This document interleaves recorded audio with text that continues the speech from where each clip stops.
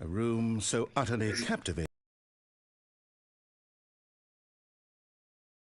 Here you sit looking at these chairs and some paintings. Really worth it. It's funny. It's a funny game. At this point, Stanley's obsession with this room bordered on creepy and reflected poorly on his overall personality. It's possible that this is why everyone left. Oh my god. It's too much.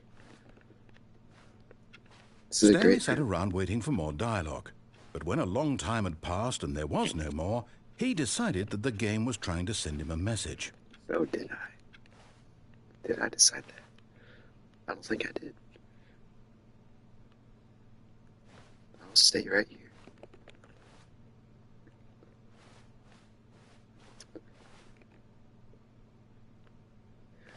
I'm staying here.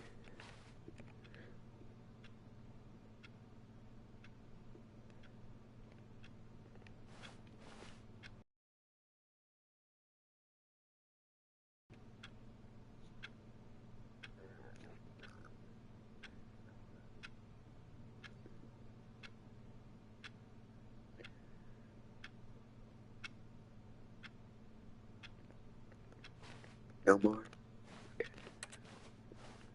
But at last, he'd had enough of the amazing room and took the first open door on his left to get back to business.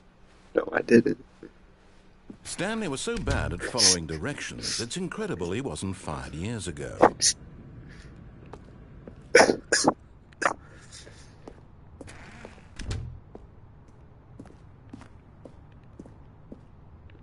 But in his eagerness to prove that he is in control of the story and no one gets to tell him what to do, Stanley leapt from the platform and plunged to his death.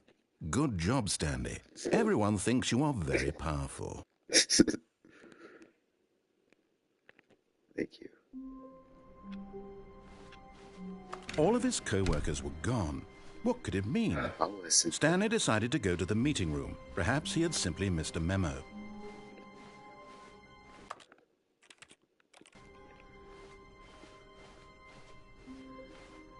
When Stanley came to a set of 2 open doors, he entered the door on his left. Yes, I did. Yet there was not a single person here either. Feeling a wave of disbelief, Stanley decided to go up to his boss's office, hoping he might find an answer there.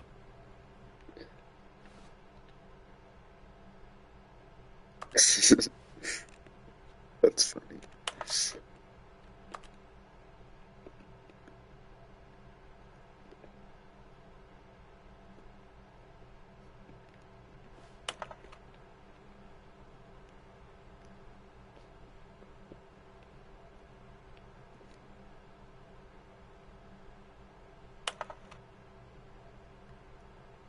So what?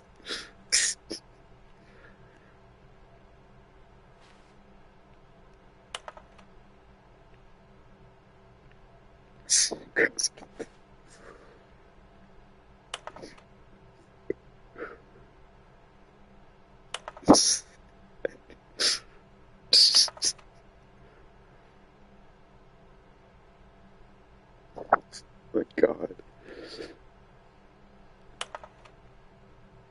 Less air. That's the point. Okay.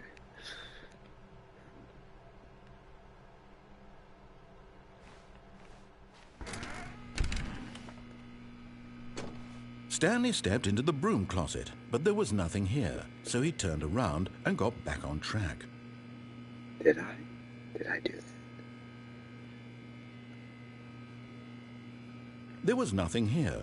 No choice to make, no path to follow, just an empty broom closet. No reason to still be here. It's a nice closet. It's a really It good was looking wrench. baffling that Stanley was still just sitting in the broom closet. He wasn't even doing anything. At least if there was something to interact with, he'd be justified in some way. As it is, he's literally just standing there doing sweet FA.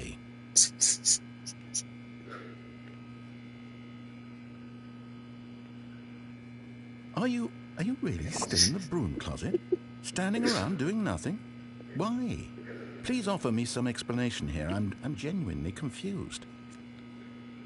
Stupid. This game's funny. You do realize there's no choice or anything in here, right? If I'd said Stanley walked past the broom closet, at least you would have had a reason for exploring it to find out. But it didn't even occur to me because literally this closet is of absolutely no significance to the story whatsoever. He's I never would lying. have thought to mention it. He's lying to me. There's a secret ending in here. I know it.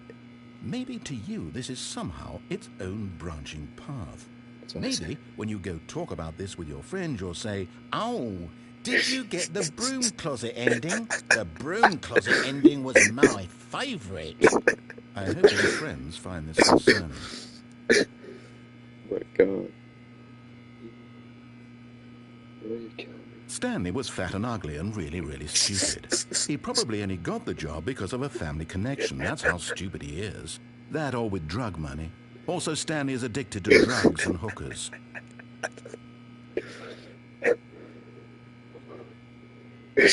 Well, I've come to a very definite conclusion about what's going on right now. You're dead. You got to this broom closet, explored it a bit, and were just about to leave because there's nothing here, when a physical malady of some sort shut down your central nervous system and you collapsed in front of your screen. Well, in a situation like this, the responsible thing is to alert someone nearby so as to ensure that your body is taken care of before it begins to decompose. Hello? Anyone who happens to be nearby? The person at this computer is dead. They have fallen prey to any number of your countless human physiological vulnerabilities. It's indicative of the long-term sustainability of your species. Please remove their corpse from the area and instruct another human to take their place, making sure they understand basic first-person video game mechanics and filling them in on the history of narrative tropes in video gaming, so that the irony is not lost on them. All right, when you've done that, just step out into the hallway. No. I'm getting the hallway. I'm getting the broom closet ending. I'll get the broom closet ending.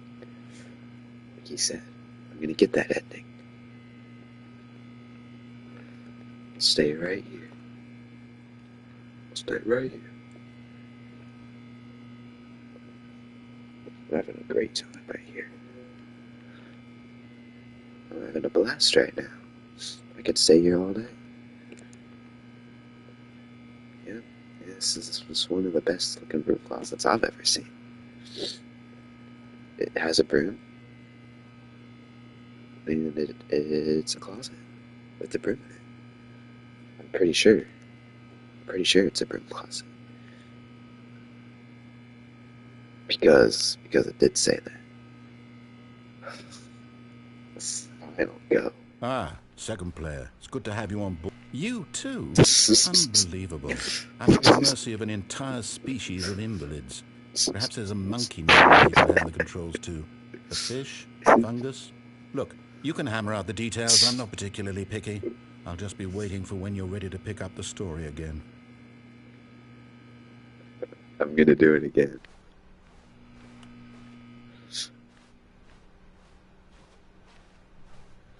Come on. Come on, broom closet. Is he done? Did I get him too much? He's done with me now.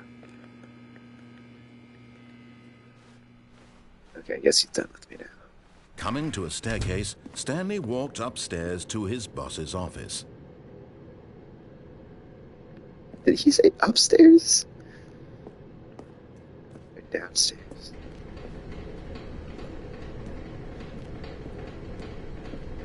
But Stanley just couldn't do it.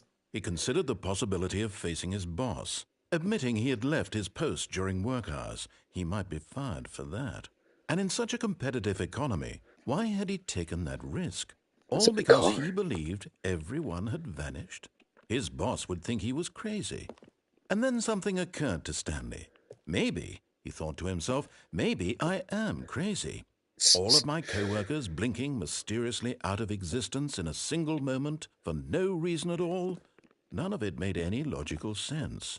And as Stanley pondered this, he began to make other strange observations. For example, why couldn't he see his feet when he looked down? That's true. Why did doors close automatically behind him wherever he went? And That's for true. that matter, these rooms were starting to look pretty familiar. Were they simply repeating? No, Stanley said to himself, this is all too strange. This can't be real. And at last, he came to the conclusion that had been on the tip of his tongue. He just hadn't found the words for it. I'm dreaming, he yelled. This is all a dream. Oh, what a relief Stanley felt to have finally found an answer, an explanation. His co-workers weren't actually gone. He wasn't going to lose his job. He wasn't crazy after all. And he thought to himself, I suppose I'll wake up soon. I'll have to go back to my boring real-life job pushing buttons. I may as well enjoy this while I'm still lucid. So, he imagined himself flying and began to gently float above the ground.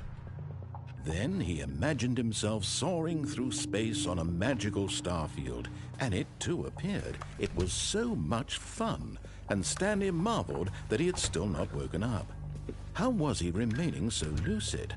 And then perhaps the strangest question of them all entered Stanley's head. Happening? One he was amazed he hadn't asked himself sooner. Why is there a voice in my head dictating everything that I'm doing and thinking? Now the voice was describing itself being considered by Stanley, who found it particularly strange. I'm So dreaming you're going about a on with voice this game. describing me, What is happening? thinking about how it's describing my thoughts, he thought. And while he thought it all very odd and wondered if this voice spoke to all people in their dreams, the truth was that, of course, this was not a dream. How could it be? Was Stanley simply deceiving himself, believing that if he's asleep, he doesn't have to take responsibility for himself? Stanley is as awake right now as he's ever been in his life. Now, hearing the voice speak these words was quite a shock to Stanley. After all, he knew for certain, beyond a doubt, that this was in fact a dream. Did the voice not see him float and make the magical stars just a moment ago? How else would the voice explain all that? This voice was a part of himself too. Surely, if he could just... He would prove it. He would prove that he was in control, that this was a dream. So he closed his eyes gently, and he invited himself to wake up. He felt the cool weight of the blanket on his skin, the press of the mattress on his back, the fresh air of a world outside this one. Let me wake up, he thought to himself. I'm through with this dream. I wish it to be over. Let me go back to my job. Let me continue pushing the buttons. Please, it's all I want. I want my apartment and my wife and my job. All I want is my life exactly the way it's always been. My life is normal. I am normal. Everything will be fine. I am okay. Oh, shit. That didn't work at all. Stanley began screaming. Please, someone, wake me up. My name is Stanley. I have a boss. I have an office. I am real. Please, just someone tell me I am real. I must be real. I must be. Can anyone hear my voice? Who am I? Who am I? And everything went black.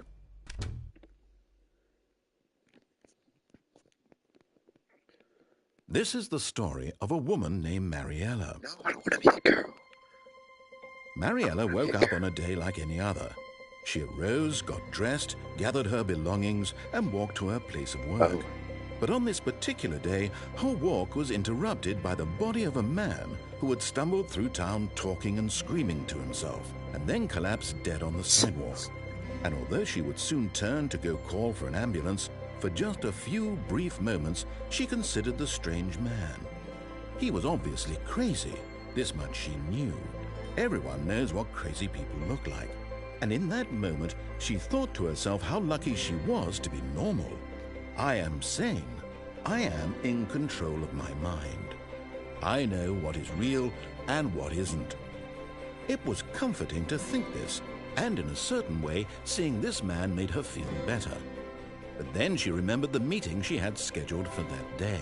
The very important people whose impressions of her would affect her career, and by extension, the rest of her life.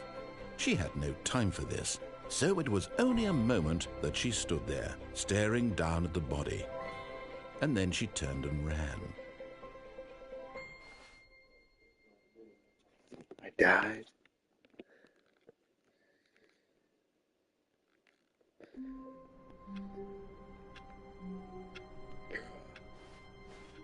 All of his co-workers were gone. What could it mean? Stanley decided to go to the meeting room. Perhaps he had simply missed a memo.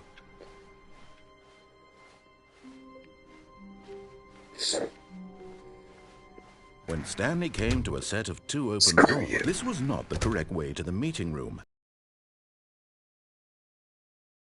The employee lounge first, just to admire it.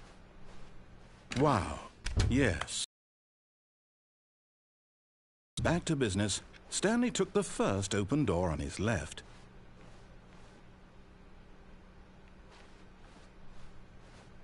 Stanley was so bad at following directions, it's incredible he wasn't fired years ago.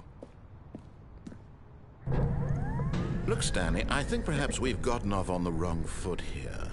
I'm not your enemy, really, I'm not. I realize that investing your trust in someone else can be difficult, but the fact is that the story has been about nothing but you all this time. There's someone you've been neglecting, Stanley. Someone you've forgotten about. Please, Stanley. stop trying to make every decision by yourself. Now, I'm not asking for me, I'm asking for her. This is it, Stanley. Your chance to redeem yourself. To put your work aside. To let her back into your life. Who are we talking about? She's been waiting. I have a girlfriend. I have a girlfriend.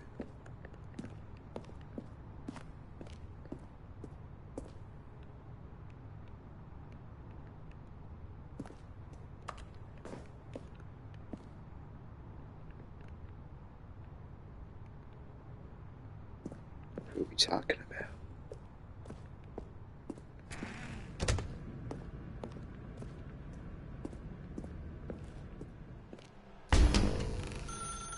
That's her, Stanley.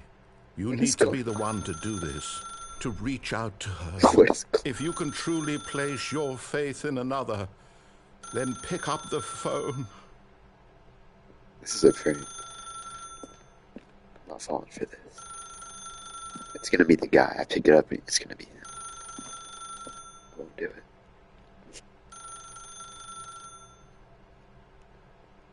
I'm not doing it.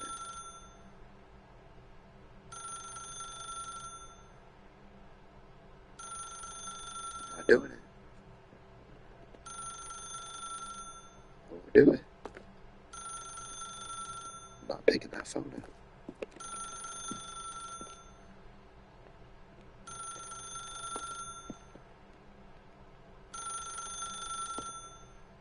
You can't make me.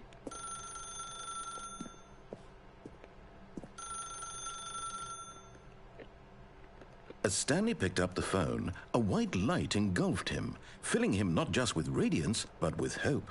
Hope for a life reunited one... Wait. Oh, goodness. Stanley, did you just unplug the phone? No, that wasn't supposed to be a choice. How did you do that? You actually chose incorrectly? I didn't even know that was possible. I'm so Let smart. me double-check. Oh my God. No, it's definitely here, clear as day. Stanley picks up the phone. He's taken to his apartment where he finds his wife, and the two pledge themselves to one another. That's Music lame. comes in, fade to white, roll credits. That's lame. I'm not doing that. Not picking up the phone is actually somehow an incorrect course of action. Where How did is that this even happen? possible? None of these decisions were supposed to mean anything. I don't understand. How on earth are you making meaningful choices? What did you... Wait a second. Did I just see... No, that's not possible. I can't believe it. How had I not noticed it sooner? You're not Stanley. You're a real person. I can't believe I was so mistaken. This is why you've been able to make correct and incorrect choices. And to think I've been letting you run around in this game for so long. If you'd made any more wrong choices, you might have negated it entirely. It's How as did though you you find out? completely ignored even the most basic safety protocol for real-world decision-making. Or did you not grasp the severity of the situation? Well, I won't have that kind of risk on my watch. I'm going to stop the game for a moment so we can educate you properly on safe decision-making in the Are you real fucking world. serious? Please observe this helpful instructional video. Choice. It's the best part of being a real person. Skip. But if used incorrectly, can also be the most dangerous. For example, in this scenario, a hypothetical real person named Rupert has a choice. He could invent a machine that eliminates food shortages across the world to make life better for all people. Or he could spend years of hard work forgetting how to read. Which choice would you make? Remember that unlike here, the real world makes sense, and at no time should you make a choice that does not conform to rational logic. If you find yourself speaking with a person who does not make sense, in all likelihood, that person is not real. Allow the person to finish their thought, then provide an excuse why you cannot continue talking. Turn to a partner and practice saying, "My goodness, is it 4:30? I'm supposed to be having a back, sack, and crack." Excellent. Making choices on a regular basis is the best part to a healthy decision-making process. Most medical professionals recommend making at least 8 choices per day. Do you make more than 8? Less? And finally, if you begin to wonder if your choices are actually meaningful and whether you'll ever make a significant contribution to the world, just remember that in the vast infiniteness of space, your thoughts and problems are materially insignificant, and the feeling should subside. Yeah, he's really hammered. Ah, welcome back. You may have noticed that this room has begun to deteriorate as a result of narrative contradiction. But not to Yes. worry. Now that you're properly informed on good decision-making, we're going to revisit a choice you made just a few minutes ago and see what the correct you thing know to what do I'm gonna would have do. been. This way, please. You know what I'm gonna do. We all know what's gonna happen. There's only one thing I can do here. Where are we going? Now that we know your choices are meaningful, we can't have you jumping off the platform and dying. Imagine the main character dying senselessly halfway through the story. That story would make no sense at all. We just need to get you home as soon as possible before the narrative contradiction gets any worse. Unfortunately, it seems this place is not well equipped to deal with reality. Let me die.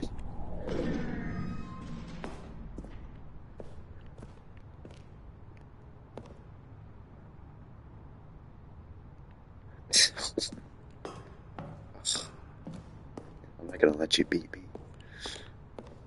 It's not gonna happen.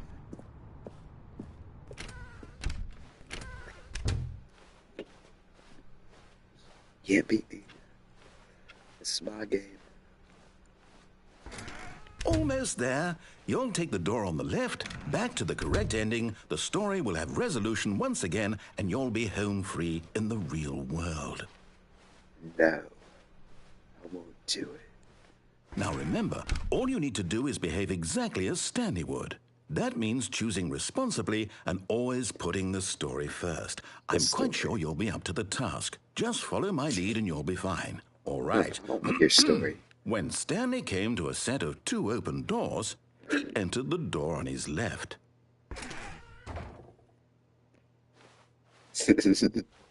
No! Why did you do that? Quickly, hurry back in the other direction. Perhaps we're not too late. I'm not moving. I'm staying here.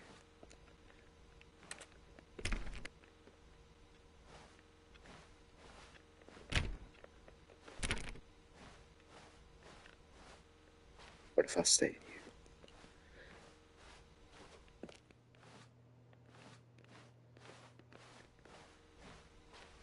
Can't beat me.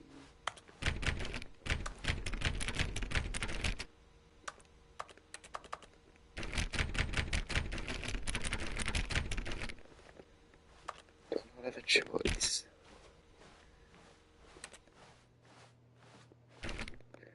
Fine.